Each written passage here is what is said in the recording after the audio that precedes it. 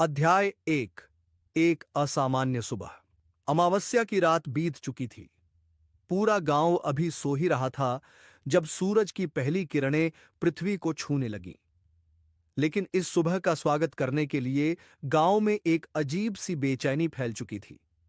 गांव के सबसे पुराने और सम्मानित व्यक्ति पंडित रामदास की अचानक मौत की खबर ने पूरे गांव को हिला दिया।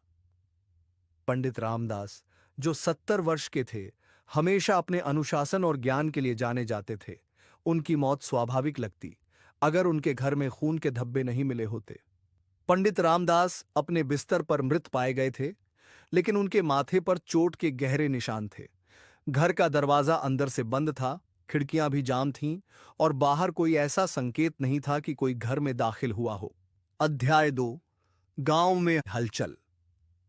जब गांव के मुखिया सुरेश चौधरी को इस घटना की खबर मिली तो उन्होंने तुरंत पुलिस को बुलाया। पुलिस इंस्पेक्टर अशोक राणा, जो अपने गहन जांच और अपराधियों को पकड़ने की कला के लिए मशहूर थे, तुरंत गांव पहुंच गए। घटनास्थल का निरीक्षण करते हुए इंस्पेक्टर राणा को एहसास हुआ कि मामला सामान्य नहीं है। पंडित रामदास की मौत स्वाभाविक नहीं थी। उनके माथे पर चोट के निशान किसी भारी चीज से मारे जाने के संकेत दे रहे थे। इंस्पेक्टर राणा ने पूरे घर की जांच की, लेकिन कोई भी सबूत नहीं मिला जिससे हत्यारे की पहचान हो सके। उन्होंने गांव वालों से पूछताछ शुरू की। पंडित रामदास का कोई दुश्मन नहीं था और वह सभी के लिए सम्मानित थे। गांव के बुजुर्गों ने बताया कि पंडित जी ने पिछले कुछ दिनों से किसी अज्ञात डर की बात की थी, लेकिन इसे किसी ने गंभीरता से नहीं लिया। अध्याय 3। रहस्यमयी संकेत। जांच के दौरान इंस्पेक्टर राणा को पंडित रामदास के घर के अंदर एक छोटी सी पुरानी तिजोरी मिली, जिसे खोलने पर कुछ पुराने दस्तावेज और एक पत्र मिला। पत्र में कुछ अस्पष्ट बातें लिखी थीं, जिन्हें समझना मुश्किल था। पत्र में लिखा था, अंधेरे के साए में जो छिपा है वो सच, जो दिखता नहीं वही करेगा मरहम और जख्म। यह पत्र और तिजोरी के दस्तावेज किसी बड़े रहस्य की ओर इशारा कर रहे थे। इंस्पेक्टर राणा ने पत्र को समझने की कोशिश की, लेकिन उसमें छिपे संकेतों को पढ़ना कठिन था। इंस्पेक्टर राणा ने गांव के सभी प्रमुख लोगों से बातचीत की, लेकिन कोई भी इस पत्र के बारे में नहीं जानता था। पंडित रामदास के घर का एक कोना ऐसा भी था जहां वह किसी को जाने नहीं देते थे। वहां एक पुरानी देवी की मूर्ति थी, जिसके बारे में कहा जाता था कि वह पंडित जी के परिवार की सदियों पुरानी धरोहर है। अध्याय 4।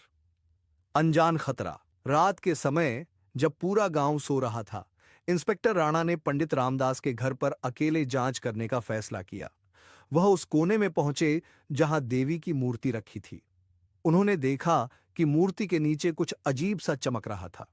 उन्होंने मूर्ति को हटाया तो एक और गुप्त तिजोरी मिली, जो पहली तिजोरी से अलग थी। इस तिजोरी को खोलते ही एक और पत्र और कुछ आभूषण मिले। पत्र में लिखा था, जब अंधेरा छाएगा और सब सो जाएंगे, तब सच्चाई सामने आएगी, लेकिन सच्चाई को जानने वाला नहीं बचेगा। इंस्पेक्टर राणा को यह समझ नहीं आया कि इस पत्र का क्या अर्थ है, लेकिन वह जान गए कि पंडित रामदास की हत्या के पीछे कोई बड़ा रहस्य है। जांच के दौरान उन्हें यह भी पता चला कि पंडित रामदास के पास कुछ पुराने पारिवारिक दुश्मन थे, जिनसे वह कभी कभी बातचीत करते थे। हालांकि यह दुश्मनी वर्षों पुरानी थी और अब उसमें कोई दम नहीं था। अध्याय 5। खोए हुए सत्य का उजागर होना। अगली सुबह इंस्पेक्टर राणा ने तिजोरी से मिले आभूषणों को गांव के लोगों को दिखाया। अचानक गांव की एक बुजुर्ग महिला कुसुम देवी को आभूषण देखकर झटका लगा।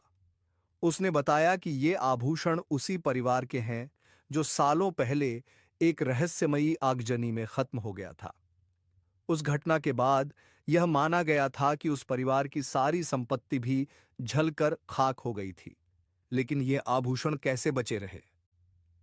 कुसुम देवी ने यह भी बताया कि उस आगजनी के पीछे एक बड़ी साजिश थी और पंडित रामदास का परिवार उस घटना में शामिल था। इसके बाद पंडित रामदास के परिवार ने इन आभूषणों को छिपाकर रखा ताकि कोई और इस सच्चाई का पता न लगा सके। इंस्पेक्टर राणा को समझ में आ गया कि पंडित रामदास की हत्या के पीछे यह छुपा हुआ खजाना है, लेकिन अब सवाल यह था कि हत्यारा कौन है? अध्याय 6। हत्यारे का पर्दाफाश।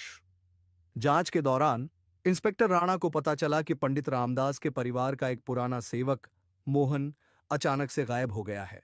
मोहन, जिसने वर्षों से पंडित जी की सेवा की थी, का इस समय गायब होना शक के घेरे में था। इंस्पेक्टर राणा ने मोहन के घर की तलाशी ली, जहां उन्हें मोहन के कुछ कपड़ों पर खून के धब्बे मिले। उन्होंने फॉरेंसिक की टीम को बुलाया, जिन्होंने पुष्टि की कि यह खून पंडित रामदास का ही था।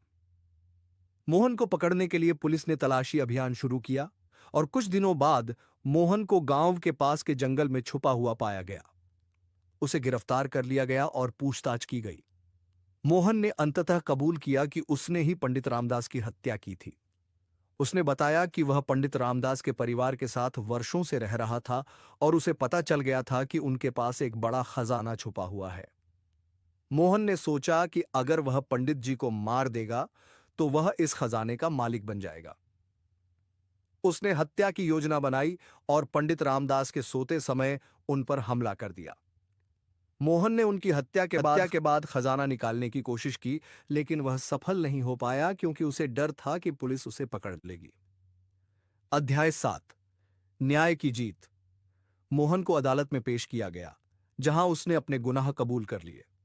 उसे आजीवन कारावास की सजा सुनाई गई। इंस्पेक्टर राणा ने इस मामले को सुलझा लिया था, लेकिन उन्होंने यह महसूस किया कि लालच इंसान को किस हद तक गिरा सकता है। पंडित रामदास की हत्या के पीछे सिर्फ एक पुराना खजाना था, जिसने कई जिंदगियां बर्बाद कर दी थीं। इस घटना के बाद गांव में फिर से शांति लौट आई, लेकिन गांव वालों को एक बात हमेशा याद रहेगी कि लालच इंसान का सबसे बड़ा दुश्मन है। इंस्पेक्टर राणा ने गांव को इस खतरे से बचा लिया, लेकिन उन्होंने यह भी सुनिश्चित किया कि अब कोई और इस खजाने की लालच में अपनी जिंदगी बर्बाद न करे। निष्कर्ष: यह कहानी एक साधारण हत्या से शुरू हुई, लेकिन जैसे जैसे जांच आगे बढ़ी, यह एक गहरी साजिश और लालच की कहानी बन गई। इंस्पेक्टर राणा ने अपने अनुभव और चतुराई से इस मामले को सुलझाया और साबित कर दिया कि चाहे कितनी भी रहस्यमयी परिस्थितियां हों, सच्चाई हमेशा जीतती है।